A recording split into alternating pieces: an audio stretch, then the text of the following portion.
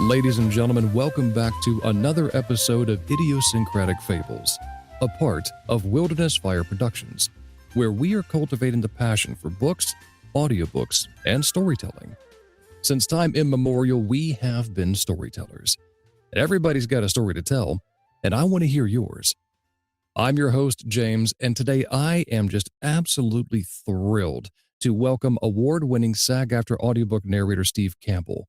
From construction sites to the booth, Steve has narrated over 140 titles, more than 1,000 hours of LitRPG, fantasy, and YA adventures. Get ready for stories of career pivots, character voices, home studio secrets, and what it really takes to become a full-time narrator. So let's spark the narrative. Steve, my good sir, thank you so much for being on the show today. Well, thank you for having me. This is awesome. Yeah, it's truly an honor to have you here, bud. So you've had quite the eclectic career path as I was digging into your history there. I mean, working in restaurants, entertaining patrons, at an apiary, then nearly 20 years in construction where you even owned your own company before becoming a full-time audiobook narrator in just a year and a half. What was the pivotal moment or realization that made you pivot to voice acting and narration? Well, it was I didn't ever want to be in construction. That was, all of my jobs were like jobs of necessity, not jobs of passion, obviously, like most people, I suppose. Sure. And so I was good at it. And you just kind of evolve and develop. Like, as I started as a laborer on a construction framing crew, framing residential houses. And I did that for a number of years and just was not having any fun with it. And then I met a guy through that who taped houses with drywall and kind of got to know him. And I'm like, this seems way better. You're not dealing with the elements. You're inside. I live in Canada, so winter sucks when you're a framer. And in the summer, you're getting a great tan, but you're also like getting skin cancer at the same time. So, I just started talking to him about the process and the idea of doing taping, and he's like, well, if you'd ever be interested, you can come and work with me. And I'm like, for reals? And he's like, yeah, for sure. And I was like, okay. So I quit my job, and that's a whole story. We could probably do that for an hour, but I ended up working with him and learned from him for about 5 years and decided, you know what, I'm going to do this on my own. And so I started taping on my own, and then it became successful enough that my accountant was like, you need to incorporate because you're making too much money. And I was like, oh, darn, that's too bad. And so we incorporated and started moving on from there. But the problem is construction can become pretty volatile, not only when you're dealing with a lot of general contractors and large builders and like companies that are doing, like millions and millions of dollars a year, like hundreds of millions of dollars a year. And everyone wants a piece of the pie. And it always ends up that the people actually doing the work end up with the smallest slice. And yet is the hardest on their bodies. And I still was on the tools, always doing the stuff. And every time I would try to expand, the problem was I was more concerned about quality and about the end user's experience as far as what kind of home they're going to have at the end, where everyone else was just like, get it up, get it out, get it done. And, and so because of that, whenever I would try and expand and hire on, no one had that same care and attention. And then I was seeing the quality of the work that I was promising going down and down. And so I would have to get back on and focus on the tools and stuff. And I think there's a certain level of like, you have to let certain things go in order to kind of be productive in that. And I really, like, it just really bothered me. And I'm sure that there's smarter people that were able to figure it out in better ways or do other things, but not me. And so I was just always on the tools, and I ended up with bursitis in both my shoulders. It was killing me. Ooh. So what happened was, while I'm doing that, and again, all of this time, even though there are aspects that I took pride in being able to sculpt a house, because tapers are very different in what they have to do as opposed to like, like pulling out their measuring tape and, you cut this at this size and you put this together and it's all done. You're really sculpting when you're doing taping. Um, what so I love that aspect of it. But again, all the way through, I never wanted to be in construction. I never wanted to be a taper. And I was taping mostly residential homes and ended up just like lots of times just being on my own. And so when you're in a house by yourself for 12, 14 hours a day, it gets pretty lonely. I'm an extrovert. And two, you can only listen to the same music over and over and over again so many times. So I was like, you know what, while I'm doing this, I could be bettering myself. I could be, like doing something more. So I thought, I could be listening to like audiobooks and like, understanding myself better, like either self-help books or like, nonfiction information books and like learning other languages and all these kind of things that I could be doing Sure. while I'm doing this job that has become, so mindless that I don't really have to think about much of what I'm doing actively. So I started doing that and I was enjoying it, but nonfiction books are at most like 8 hours long generally, right? Like they're 5, 6 hours. They're not like, those nonfictions are not usually, unless you're getting into autobiographies. And even then they're not crazy long. So No. you're doing like 1.5 of those a day, easy when Easy. you're doing like, 12, 14 hours. And, that's expensive. And so then you start borrowing from the library and using those ones. But then when you start realizing that like your brain can only process so much of that information at a time. And so because you're getting it and it's like, oh wow, that's really cool. But then you don't sit with it. So you're not retaining as much of it because you're moving on to the next book and you're going through this stuff that's kind of meant to be, piecemealed out over a little bit of time so you can process it. And you're just rifling through it so quickly because you're doing it while you're working.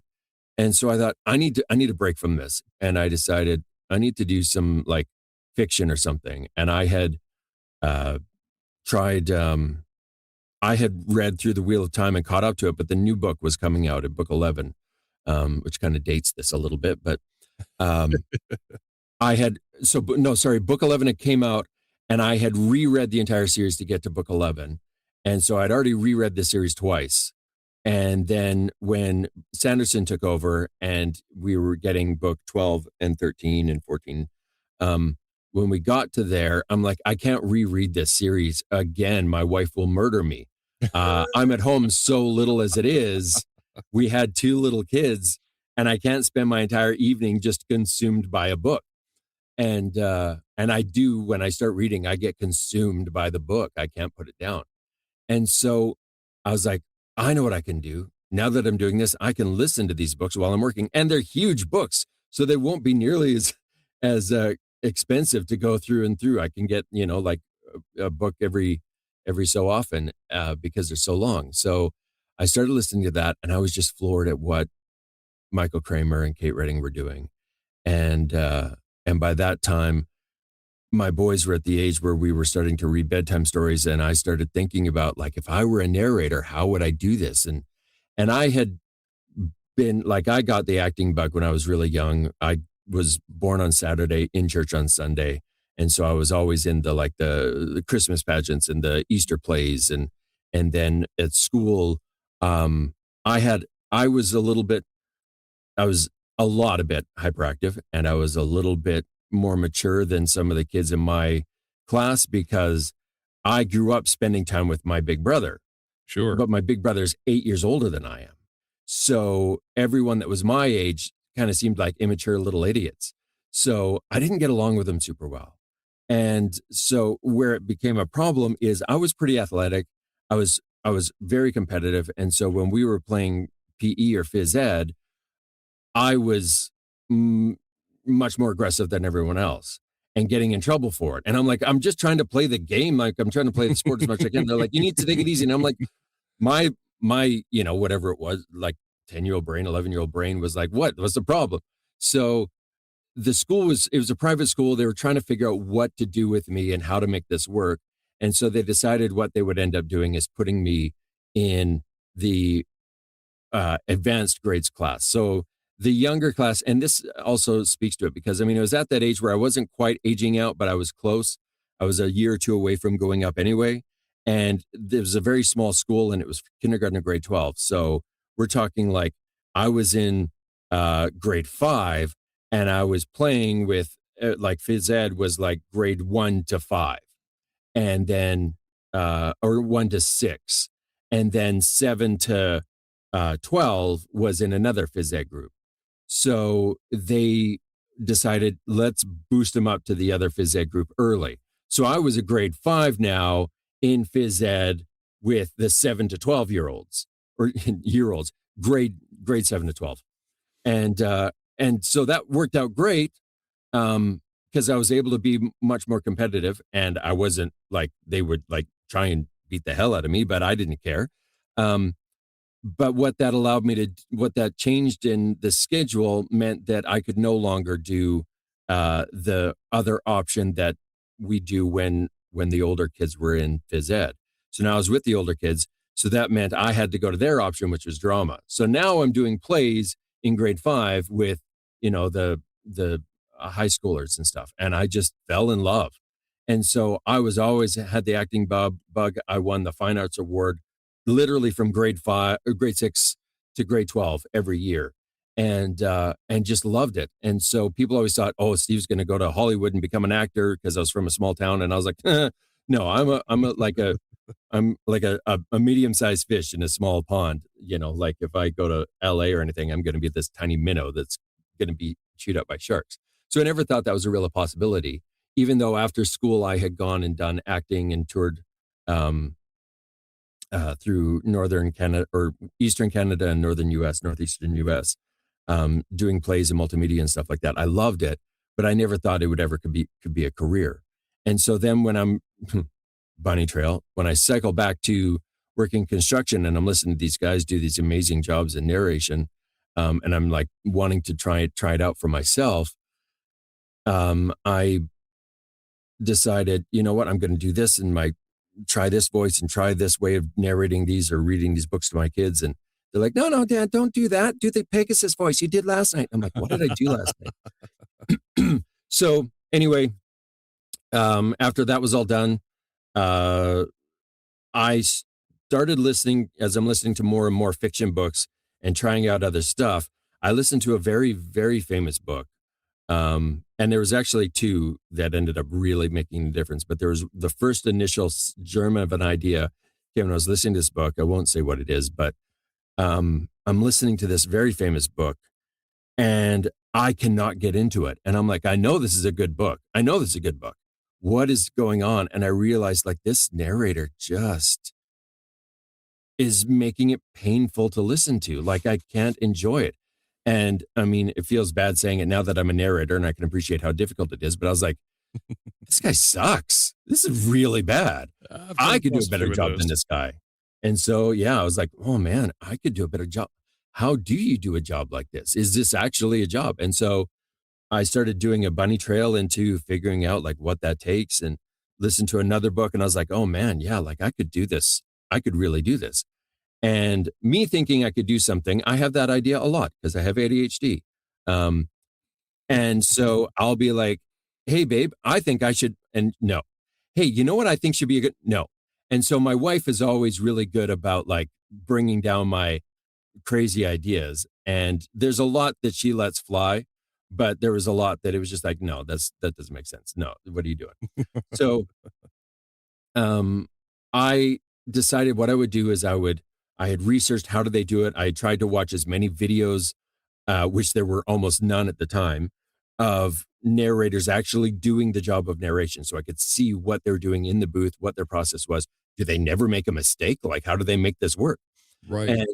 And so as I started finding a few videos and getting a little bit of clips here and there, I grabbed my iPhone and my earpods, not even AirPods, just like, excuse me, the cabled kind. Went into my walk-in closet, used GarageBand and recorded a chapter of a book. And then I recorded that and I sent it to a couple of friends of mine that I knew listened to audiobooks. My wife hates them. And I said, here you go. listen to this and genuinely tell me what you think. Like, don't just like say, hey, yeah, no, that was great. Like, really, if you don't think I could do this or you wouldn't listen to this, then let me know. And they're like, okay, deal. So they did that and they said, actually, we would listen to this for real. Like, this is really good. And I'm like, seriously? They're like, yeah, this is really good. And I was like, awesome. So now then I had to tell my wife. And my wife is, like she's a no, very quickly kind of person. So I was like, ugh. It took me 3 months to finally eventually tell my wife. And I said, okay, babe, I need you to do me a favor. Now, one, she doesn't listen to audiobooks. She doesn't like them. So I said, before you say anything, I need you to let me finish. And she's like, okay. So I'm going to get you to listen to a couple of audiobooks, just samples. And she's like, okay. And so I let her listen to like two, 3 samples for a few minutes of narrators that I thought were really good, that I really respected, and I thought were like amazing. And then just because, I mean, like, I don't want to compare myself to like the amazing ones, I let her listen to some ones that I had come across that were not very good and yet still have books out. And you gotta balance the scales there a little bit. Of course. And so I let her listen to a couple of those, and I said, like, heart pounding in my chest, I was like, okay, so now I want you to listen to this. And I got her to listen to the chapter that I had done. That was like, I don't know, 5-6 minutes or whatever. And she listened to it. And now I'm like, okay, what do you think? Like holding your breath the whole time. Oh man, like just whoa, whoa, whoa, whoa, whoa. And so she takes the headphones that I had given her out, and she looks at me and she says, you could do this. And I was like, oh my God. Because if she's not, like, there's some wives that like champion their husbands, like he can do anything. And it's almost to the point of toxicity. You want a champion in your corner, but you don't want someone that's going to like pump you up to the point where you don't have any basis in reality. And I know people like that, and it's not helpful for them in the long run. And so having someone who is not going to BS you, and would not say that if it wasn't true, is a huge, huge boost. And so that was amazing. And I was like, fantastic. Okay, I'm going to go buy a microphone. She's like, whoa, whoa, whoa. Hold on. If you want to get a micro, she says, I do believe in you. I do believe you could do this. But you have done so many hobbies or projects or ideas of what you wanted to do and all of those kinds of things. I don't want to turn into that, because you spent a lot of money on stuff that just sits in the closet or sits in the garage and doesn't do anything. So you're not spending any more money. Anything that you want to buy for this, your microphone, your whatever, all that kind of stuff, sell some of your other hobbies. Sell some of the other junk that's just been sitting around. Use that. If you can do that, then I was like, okay, that takes more time. Fair. So I had a guitar that I bought and hadn't like used hardly at all. Right. I had a saxophone that I had for forever, and I had a bunch of stuff that I could get rid of, and I didn't get rid of a crazy amount, but I got rid of a bunch of things, and I was able to get my interface and my microphone and all the stuff I needed for that, and built a blanket fort to kind of get started, and then started talking. I in my hubris was like, I'm going to message Michael Kramer and Kate Redding and be like, hey, you guys inspired me to be narrators, and I would just want you to know that, or me to be a narrator. And I just want you to know that's amazing, and I love what you do, and I'm going to start on the journey. And if you have any tips or what, like just like obnoxiously weird. And amazingly enough, they message back and they're like, that's amazing. We don't do any kind of coaching at all, but we do know a friend of ours who does some great stuff with coaching. You should contact Sean Pratt.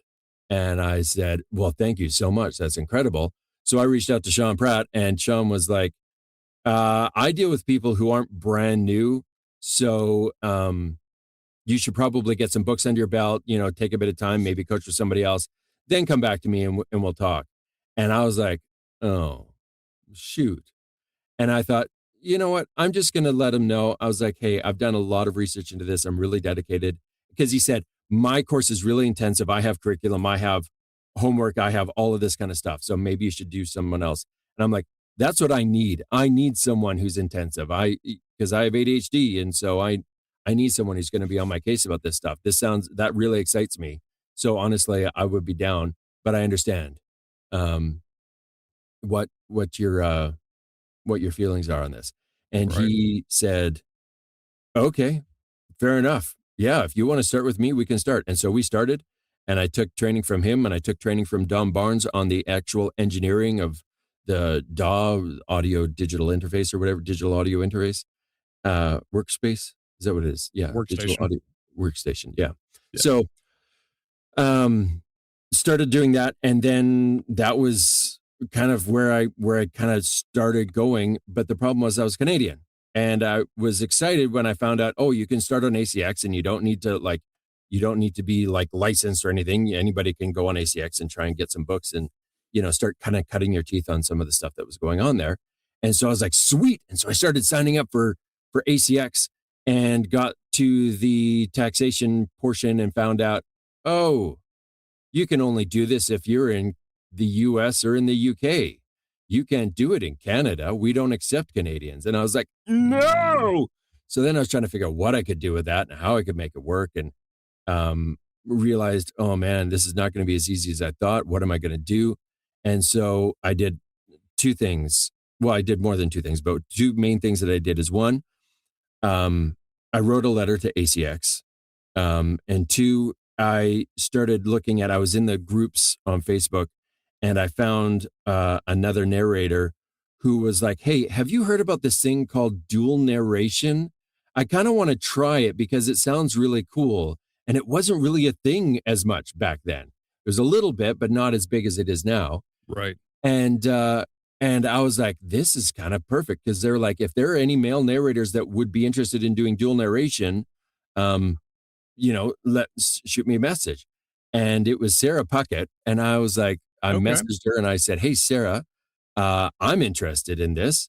But I'm Canadian. So all of these things would have to go through you through ACX. They couldn't go through me. And she was like, oh yeah, no, totally. That's fine. And so we had talked, we tried a couple of samples to see how our microphone spaces would work together and how our voices sound together. And we were like, ooh, we kind of like this. This works good. And so we did that for a couple of books, and it was amazing. And we had a great fun time doing that. And then at the same time, I had written this letter to ACX, and the letter, I wanted it to be memorable. So I had I don't know if you want to call it a bit of Monty Python-esque inspiration, but I called them at one point sexy racists in my letter, just to give you an indication of where it was crazy. I told them I was going to burn my bra in protest at how racist they were being towards Canadians. And because we were the quote unquote weaker North Americans. And then I was like, figuratively, of course, because I don't have a bra, maybe I can borrow my wife's. Like, I was just all like, it was really funny. Anyway, I thought it was funny. And I was like, because I needed someone to read it that was just like, because it's going to go to some random person in customer service or whatever. I was like, I need them to read this and go, oh my goodness, this is insane. Hey, Jeff, check this out. Hey, Kevin, look at what this guy wrote, and just have it go up the chain of craziness at the ACX. It was my dream. This is what I thought would happen. So I sent it off, and I actually got a reply, and I was very, very pleased about that. Now, it was very polite, like, we're not going, oh my goodness, that was the most insane thing I've ever read in my life. But I got a reply, and they said, well, there's this thing you can do, and we're, this is the only option we have at this point. But less than 2 months later, I got an email that said, ACX is now open for Canadian narrators. That is outstanding. And I was like, you got to be kidding me. So I can't definitively say it was my letter that made Canada open up as a market for them, or if it was because they already had it available for Canadian authors, just not Canadian producers. And so 2 months later, they had the thing. I had already been working on my coaching stuff. I had everything ready to go for what they need on ACX as far as samples and all that stuff. So I submitted that immediately as soon as the same day I got that email. I was like, yeah, put this out there. And it was less than 40 minutes before I had two offers from different people wanting me to do their books. One was an independent publisher, and one was an author who just wanted their book done. And I was like on cloud friggin' nine. I'm like, it's starting. This is it. I've made it. And of course, you know that you haven't made it because they're royalty share, and they're probably not that. The first book was not really good at all. Great concept, but horribly written. And so I was really, really excited to get started on this, and did those books, and it's just started snowballing from there. And I really pushed hard to make a name for myself, and it was very quick that I was able to transition into getting into full-time narration from that. That was a long way. That was a long ass story. That's probably our time. Thank you, everybody. Good night. Well, you're in luck. I've got more questions, so stick around, listener. But you did really well, not only answering the first question, but I was able to scroll past the next two. I went, well, you answered those questions, so we'll just move right along. Yeah, that's what I do. So my next question that's not on here, have you read my notes? Because you're doing really well at picking up what I've already written down. No, I have not read your notes. I do not know what's going on. Gotcha. Well, whew, we can check not a mind reader on my bingo card. Awesome. Now, you specialize in LitRPG, fantasy, and YA fiction. What would you say draws you to these genres, and what unique challenges or joys do they present compared to other types of narration? As I liked YA, and I thought I would do, especially early on, I thought I would do well in YA because I have a higher timbre of voice, especially back then. Like I listened to some of my early stuff and I'm like, okay, so this is what we're going to do. All right. So like I already had that voice. It was really high. And now I've worked at trying to get it down so that I can do these lower voices as well. Right. But at the time, I thought I can do decent kid voices. Like I have like a younger sounding voice. So I thought my voice is kind of already tailor made for YA, and it's fun anyways. More entertaining, in my opinion, for doing a lot of just kind of fun, goofy stuff. So I was down to clown for that.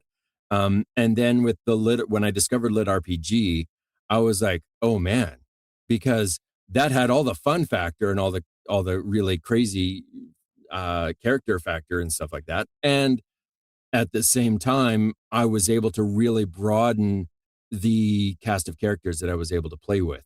And not just like humans, but like dragons and ogres and goblins and all aliens and all kinds of what have yous. Yeah. And what I saw in LitRPG was that it was more like the audiobooks are more like Saturday morning cartoons for adults in audio. And so for me, like some listeners, and I mean, speaking as a fan, not as a narrator, some listeners of audiobooks, they don't want a bunch of voices. They like a straight read. They want someone like Scott Brick, who's might put a slight distinction, but it's not about voices. It's about how well can they tell this story? How well can they read it? And what does their voice sound like? That's going to make it so amazing. Their cadence, their tone, all that kind of stuff. And while I think that those things are absolutely important, I really love the voice work. That's where I'm like, I'm a fan. And so that kind of lent more to my proclivities of what I wanted to do in LitRPG, because you really got to go there with the voices. And it wasn't like a lot of other genres where you could still do certain voices to a certain extent, but everything was always like subtlety, tone it down, subtle. And you still can have that in LitRPG, but they want these characters to be sort of more like I said, Saturday morning cartoons or video games. So you have the ability to really play with them and make these characters almost larger than life, but you don't want them to become caricatures. Do you know what I mean? Right. So, you still have the challenge of wanting to embody and really be those characters. So it doesn't just sound like you're playing with your voice or you're focusing so much on getting the accent right that you don't get the emotional connection that's there, which I think is one of the great challenges of doing these books. But what it allowed me to do was really try and play with how well can I do a female voice. Now I have 7 females in the same scene. how do I do 7 females with distinction who are all from the same place, you know? And you can't just go, well, we'll give this one an accent and we'll make, you know, like you have to really think about it. And then the other process of like, okay, I can have a goblin voice, but then sure, those are all my goblin voices and you might have some distinction in that, but now you add a hobgoblin. Well, what makes a goblin sound different than a hobgoblin, you know? Right. And when you have, like, if you have a golem or like a big rock golem that has like this kind of sound, but now you have a dragon as well, you can't just make them both growly because then they're going to sound like the same type of creature. So what do you do in your voice to make the distinction between those things? So that's what I dread sometimes because you want to get it right, and also love because when you do get it right, it's just it's chef's kiss. So yeah, does that answer the question? What was It the question? it does. I asked about, unique challenges or joys that are present in those specific genres that you're drawn to. Mhm. And you also tapped into the next question as far as being known for versatile accents and character work. And I was going to ask you to walk us through how you approach building distinct voices for multiple characters. And you kind of, did in a little bit, unless you want to, dive more into that. Like what does your prep look like as far as building those character voices? Well, obviously, first of all, what I do is I read the script so that I know what kind of characters we're dealing with. And then as you're reading that, you get to know the characters and hopefully, fingers crossed, you have an author that is really good at defining who those characters are, whether it be through their physicality of what they look like and um, how their physical form is shaped, or putting in, descriptors of the type of voice that they have. Now, sometimes that can be like uh, a double-edged sword because they put in some really great descriptors, but their descriptors are like this alien had the sound, their voice sounded like tinkling glass, and I'm like, how how do I make my voice sound like tinkling glass? That's just I don't know how to do that. Or the voice sounded like boulders falling down a mountain, and I'm like, okay, I don't know how deep I can make my voice, but that's pretty intense. Right. So you can play with that a little bit, but those they actually help you a little bit because even though you might not, like, obviously I'm not going to get there perfectly with, tinkling glass, that helps where you're trying to get it to have like a little bit more of a tinny kind of splashy feel to the sound, and then that description allows the listener who is in on the punchline. They're in on it. Like they're trying to help you with their imagination come up with this stuff, right? You're trying to paint Right. a picture in their mind, and the more descriptions they have, the easier it is for them to paint that picture. And so then they already know you're not a girl. They know that, but they have to suspend their disbelief and pretend that when you do that voice, yeah, I can believe that that starts to be a girl. And they stop thinking about it just being one person, and they start thinking about the characters, and they get lost in the story, and then that helps you as you're working through your process. But sometimes sometimes when I'm prepping the book, I'll immediately get like, that is the voice. That's the voice I want. That's the voice that I need for that character. And it's that fast. Other times I've had it where I don't feel a distinct uh I don't get a distinct voice for a particular character. And it'll happen where I'm working through and I might get a chapter and a half into that character and I'm still not feeling it. And then all of a sudden they'll say a certain line or a certain thing and it'll click. And I'm like, there, that was it. That's the voice. And then I go back and re-record that other chapter and a half to fix it so that I'm like, this is the voice I needed for that character. So it's a process. And I might like, there's some where I have an idea in my head of this is exactly the way I want them to sound. And I Right. go into the booth and I start recording and I try and do that. And I know what it sounds like in my head and I hear it come out of my mouth and I'm like, that is not it. That is not it. And so then you have to work until you find it, or you have a voice that you're getting it the way you imagined it, but it just doesn't, in the moment, you realize it doesn't suit that character. And so you have to go back to the drawing board and try again. And so I've spent thousands of dollars on working with multiple different voice coaches on accents, dialects, all kinds of stuff to try and one, build up my repertoire of different types of accents that I'm able to do. And then also really just playing with my voice to see what kind of sounds can I make and yet still be understood so that Right. it's not like um, so accurate or so intense that you can't even understand what they're saying. Because again, the most important thing is that the listener knows what's going on. And I had early on done a book where there was uh, I was excited because they're Canadian, and that's easy because most of my books I don't get to just do without thinking. I have to put on an accent for all of them because if they're not British or they're not Australian or they're not from New Zealand or they're not from India or whatever, they're American. And I don't have any kind of American accent, or I didn't at the time. And so I would have to work at downplaying my natural way of speaking. So it's always a thought process of like, am I saying this the right word? And then going, oh no, I said out and I got to say out. So like, you got to try and get rid of those Canadian things, sorry instead of sorry, And so, Right. um, that, that was where working with dialect coaches really helped me figure out how to do these different accents and these different voices. And I wanted to make them as accurate and representable as possible.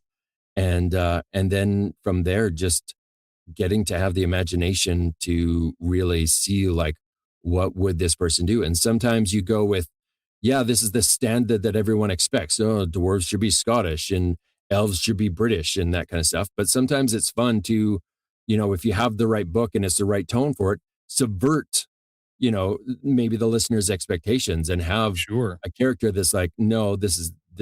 And it's like, it works for that character because of who they are. So, yeah.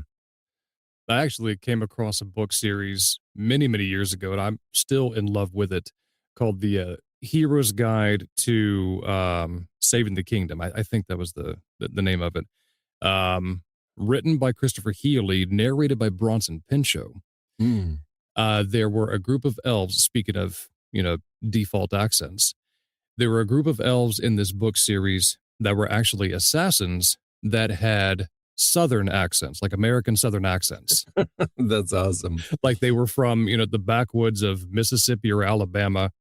But yeah, we're actually looking for a couple of runaway renegades. And had to pause, go, these are elves? What? But it fit and it worked really well. That's Um, awesome. yeah, it was absolutely fantastic. And it sounds like your process for choosing character voices is actually very similar to mine. Well, I will get into like a page or two of a book, be like, here's the voice I'm looking for this guy. Mhm. And then when you were talking about challenging voices, there was one that came to mind of a LitRPG book I did a little while ago for author Doug Losi. He had a character that was a slug, who was a contestant in this, broad contest across the galaxies. And he was higher up in the echelons, very top tier contender. I was like, how am I going to make a slug sound? And so, you then go into that process of just envisioning what a slug is, how they move, what they secrete, how Yeah. fast or how slow they move. And I just started to envision like this gargling sound at the back of my throat. I was like, okay, how can I do that and speak and still, be heard and understood, like you said earlier? Right. And I was very thankful that slug didn't last long or live long because it took me several takes. And I even had it live in my Discord server during that particular scene. I was like, Doug, is this okay? He goes, yeah, I understood every word. I'm like, okay, good. Yeah. Thank goodness.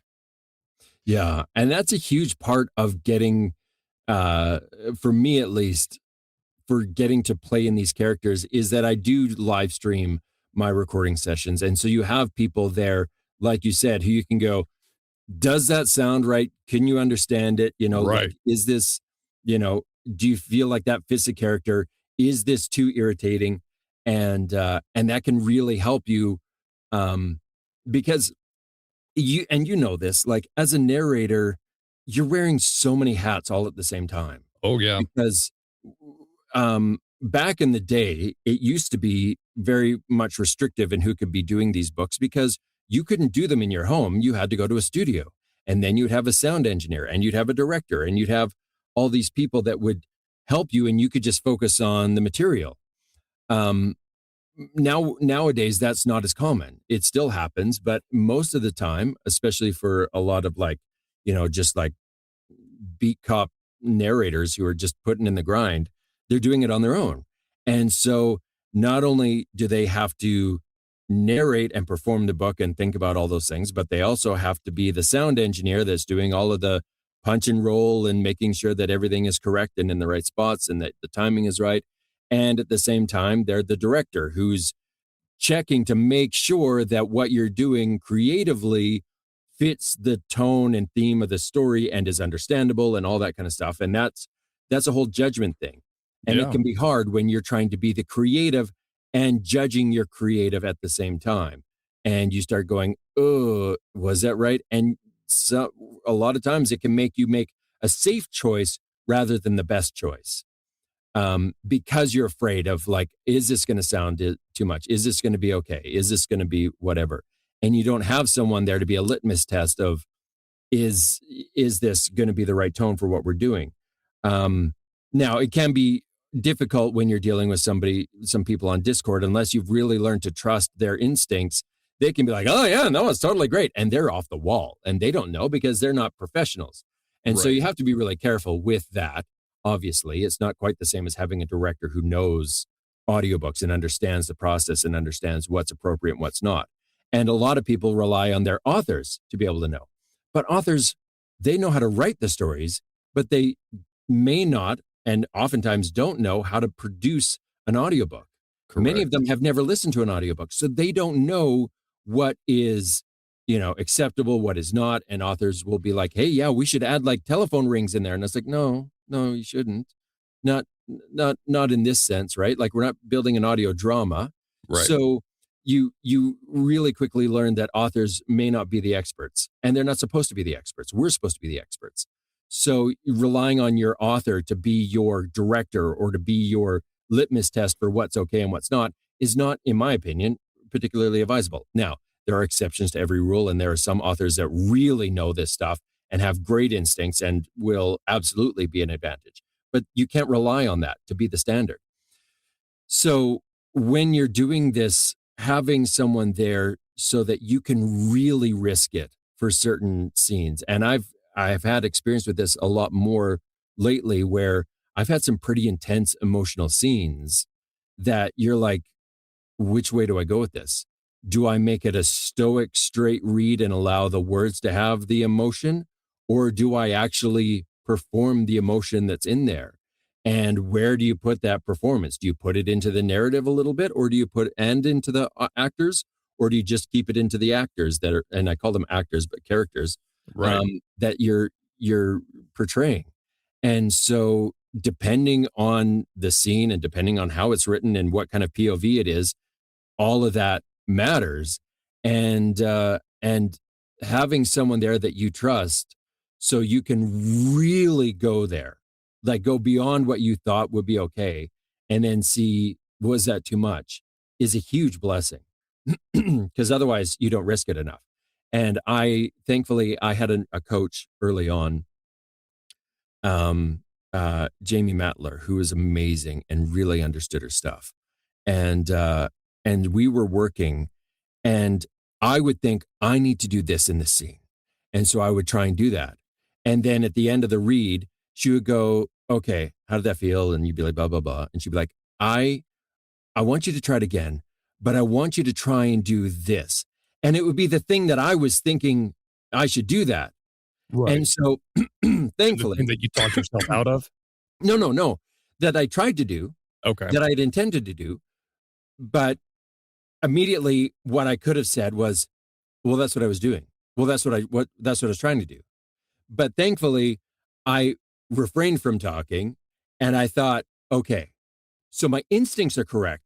I just didn't go far enough because she didn't Gotcha. hear it. So if she didn't hear it, that means I didn't put it there the way I thought I did, and I need to try again.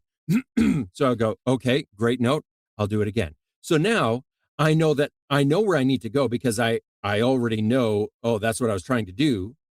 And now I just need to do it more. I need to push it further. And so then because I was able to do that and push it further, she came back. She says, you are the most directable person I've ever had a chance to work with. It's amazing. This is really going to take you far. And I was like, well, thank you. Because she said, I ask you to do a thing and you do it. You immediately do it. Right. Now, one, that means that I had good instincts because I knew what the scene required. And she was like, I want you to do this. But two, because I didn't talk back and go, well, that's what I was trying to do. I didn't become adversarial with her. I was just Right. like, oh, okay. And I knew that I'm in the right spot. I just haven't gone far enough into that zone, into that space. So now I have the permission to really go there. And then she can say, okay, that was too much, pull it back. Or she says, most often it was like, that was great. That was perfect. That was what I want. So it's like, okay, that taught me that a lot of times when I felt like I was really hitting it and I was really going to the place that I wanted to go, I wasn't going there. I wasn't pushing myself hard enough. And so even though I was feeling the emotion, I wasn't expressing the emotion in a satisfactory way. And so Gotcha. that allowed me to push that a little bit further and know that, okay, my safe thought is it should be this much. And she just taught me, oh, wow, it needs to be this much. And having that from a director is a massive advantage. And we don't always have that. No, And we don't. that's very, very challenging for us as narrators. And so having a space or a place, one, working with the director is awesome. Working with coaches is, in my opinion, imperative if you really want to improve and really get ahead in your craft. But two, having anyone there to be like, this is the best way to go forward is really, really great. So I got a couple more questions before we draw it to a close here, Steve. Okay. For the authors that are listening to us right now, what makes a great collaboration between author and narrator? And do you have any tips on how to work best with a narrator like you? Um, I mean, the lowest hanging fruit is write a great story. um, you write a great story and you're going to get a narrator that really becomes passionate about what you wrote and gets excited about it themselves. And if you can get a narrator that's excited about your work, that's going to that's going to take both of you really, really far. Because if a narrator is bored with what they're reading, uh, it comes across. Now, some narrators can get really good at hiding that. I have worked on some tricks where it's made it sometimes difficult because I I purposefully will try to ignore the stuff that's driving me nuts or irritating about a particular style or a particular weakness, possibly that that an author might have, and I try and find the one thing or as many things as I can about what I like about the story, about particular characters or whatever, so that I focus on that and that turns into like I really push into the passion of that so that I become passionate about the story, even if I'm not overly passionate about this or whatever. But if you, as a narrator, start to get irritated or frustrated or don't really enjoy the story and you start thinking about that, it's going to come through in your read. It just is. Sure. And so, um, finding a narrator that's going to be passionate about your work and telling them why it's a passion project, why it's important to you will help them as they work through, okay, this is why it's important and this is why it needs to be said. This is why it needs to be read and be out in the world as an audiobook. So writing a good story or writing a good bit of a work is, whether it's nonfiction, fiction, or whatever, will go a long way in that. Um, and then from there, not always are you getting to communicate with your narrators, especially if you're going through producers or publishers or whatever.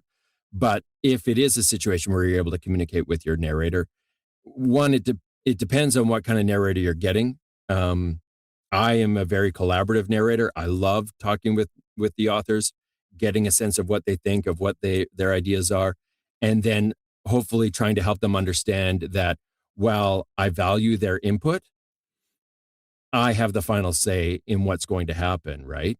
So, for this for specific things, right? Like, so I had an author who wanted to work with me on a YA book, and the main character was a female, and so I brought in.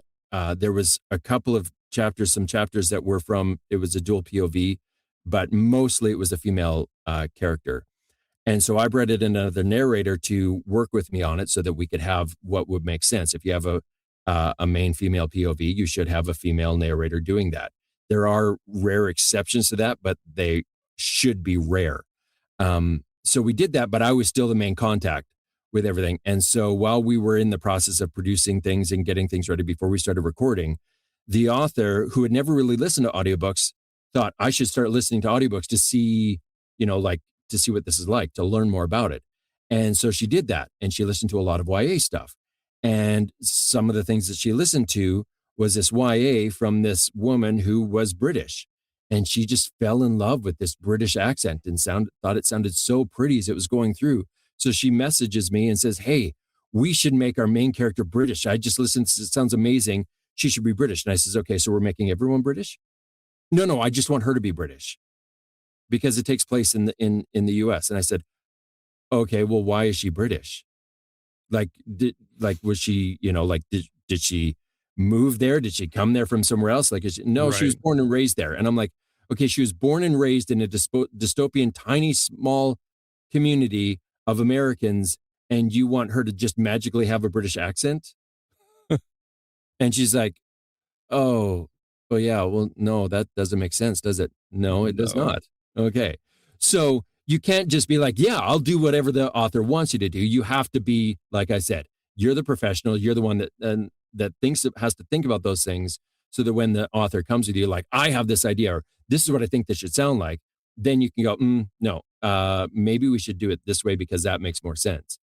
And so that's where, as an author, if a narrator allows you to and is okay with it and invites you to have input, but be flexible so that when they go, there's some pushback or they go whatever, then you trust that they're the professional. So what they say is, "That's not a good idea," then go, "Okay, yeah, I hear you." Then that makes it much more collaborative instead of you just dictating to the narrator what you want and them having to figure out how to make that work. So I think that being welcoming to the ability to have someone say no, or "That's not the best idea," or to let them know that it's okay to say no to your ideas is super important and will make for a great relationship. And then also, I know that these are your baby and that you spent months or sometimes years writing these stories. And so, and it's a vulnerability. It's a version of yourself. You're putting yourself out there, as any art is, including narration. And so when they come back and say, "This doesn't make sense here," or "What did you mean by this?" or whatever, and they have some sort of like, you're not supposed to use, or you're not, you're supposed to use some contractions when people are speaking because normal humans use contractions. Don't take it personally, and don't get mad and angry at them for like saying, "Hey, this is here," because what they're trying to do is make the best story for you that's going to be the most successful. And so don't take it as like a competition or an adversarial thing. Look at it as like, we are working together to make the best thing possible. And we put egos aside when that happens. I think those are the best things that you can do for having a great relationship with your narrator as an author, as someone who's trying to get work done with good narrators. And a good narrator knows all of those things. And if they don't know those things, then maybe they need some more practice or more learning in what being a narrator is like. And definitely some more coaching. Yeah. And then you had a second part of that question, or did I answer the second part? You did answer the second part. Cool. We covered a collaboration and then tips. So, yep. Right. Absolutely. Final question for you, bud. If you could narrate any classic book or series that you haven't yet, what would it be and why? There's two. This is a very easy question because one is on my docket to be done, and I need to find the time to get it done. It's Peter Pan and Wendy. Okay. Love the idea of getting to do that one. And then the other, my dream would be to narrate the Narnia series. Oh, That to me, yeah. that was a series that made me go, I'm sorry, what is this world that comes from books? It blew me away. It was my first kind of real step into kind of fantasy, into, like that fantastical realm. Right. And it was, ironically, our introduction to it was being read to me by my pastor. He would come in and do a story time while we were in school, and he read The Lion, the Witch, and the Wardrobe, and he performed the heck out of that. And it was just astounding. So yeah, that was my first live, audiobook, but live audiobook rendition Nice. of what he did. And that series for me, C.S. Lewis is a master in so many ways. Completely And, agree. and so, yeah, that would be my dream series. And technically, because Canada has different laws when it comes to public domain, the Narnia series is actually in the public domain in Canada. So I could produce it Ooh. and record it in Canada and release it as a Canadian Audible. But I just want to make sure I have the chops at the time to really nail all of those characters. And I do now, but now I'm so damn busy that, it's like, and It's awesome. the market in Canada isn't quite, like, it's a much smaller market. So that would be a massive undertaking. It would have to be, uh,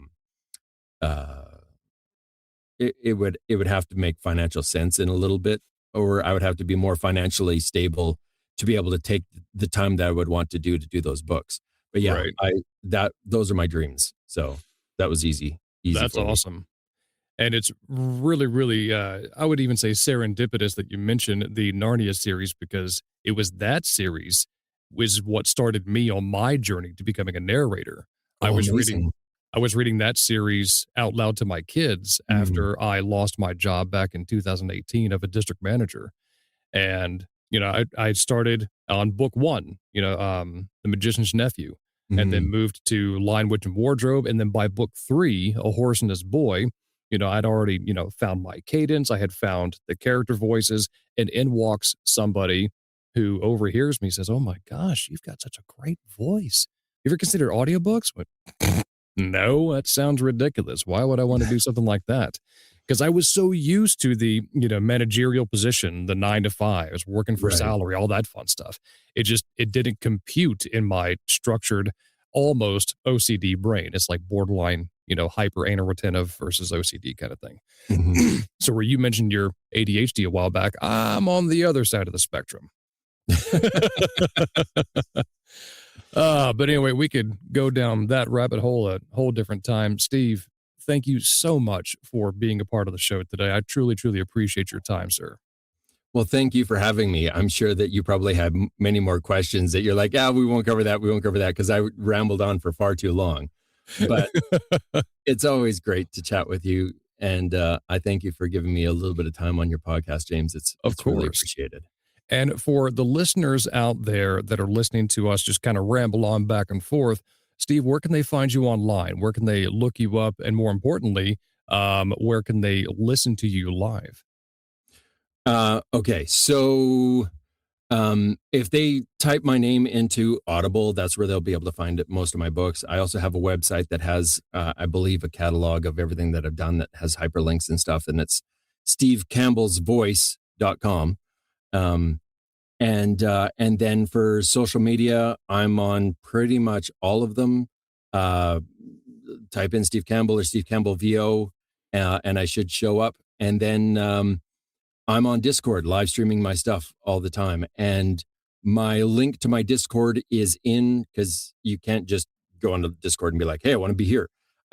So my link on Discord is in all of my social medias. It's on my website. There's links to all of that. And you can join Discord and hang out with us as we work through the process of doing this, which is, I'm told, a lot of fun. My wife goes, "I don't understand why people would listen to you make mistakes through an audiobook. Why wouldn't they just listen to the audiobook where you're not making all the mistakes?" And I'm like, that's kind of the fun of it for them. I look at it as like, if they were making a movie in your town and you got to go see behind the scenes of how do they make that movie, wouldn't you want to go check that out and see some of the stunts and see the green screens and see the flub ups? And that's where we get like uproarious laughters, because I make mistakes all the time and people think it's hilarious to hear me make tons of blunders and bloopers and all kinds of craziness. So yeah, we have a good time there. It's a lot of hijinks, a lot of irreverent stuff. So it's great. And as a member of your server, I can attest to the hijinks and laughter. It truly is an amazing time. I appreciate that. And thank you all, dear listener, for tuning in, each and every one of you. If you enjoyed this episode, I ask that you please rate and review and subscribe to the channel. It helps us reach more storytellers just like you. You can drop us a line anytime you want on social media, or email me directly about who you would love to hear next, or even better, if you would like to be a part of the show. And I also host a Discord server where I showcase my behind-the-scenes work of audiobook narration, to include my Discord server and Steve's and all of his applicable website information. All of that will be for you in the show notes, so you can just click there and be well on your way to whichever direction you choose. I would love to have you a part of that community. I would love to see you interact with me and Steve's community as well. But at the end of the day, like I've always said, everybody has a story to tell, and I want to hear yours. And so until I talk to you next time, dear listener, peace be with you.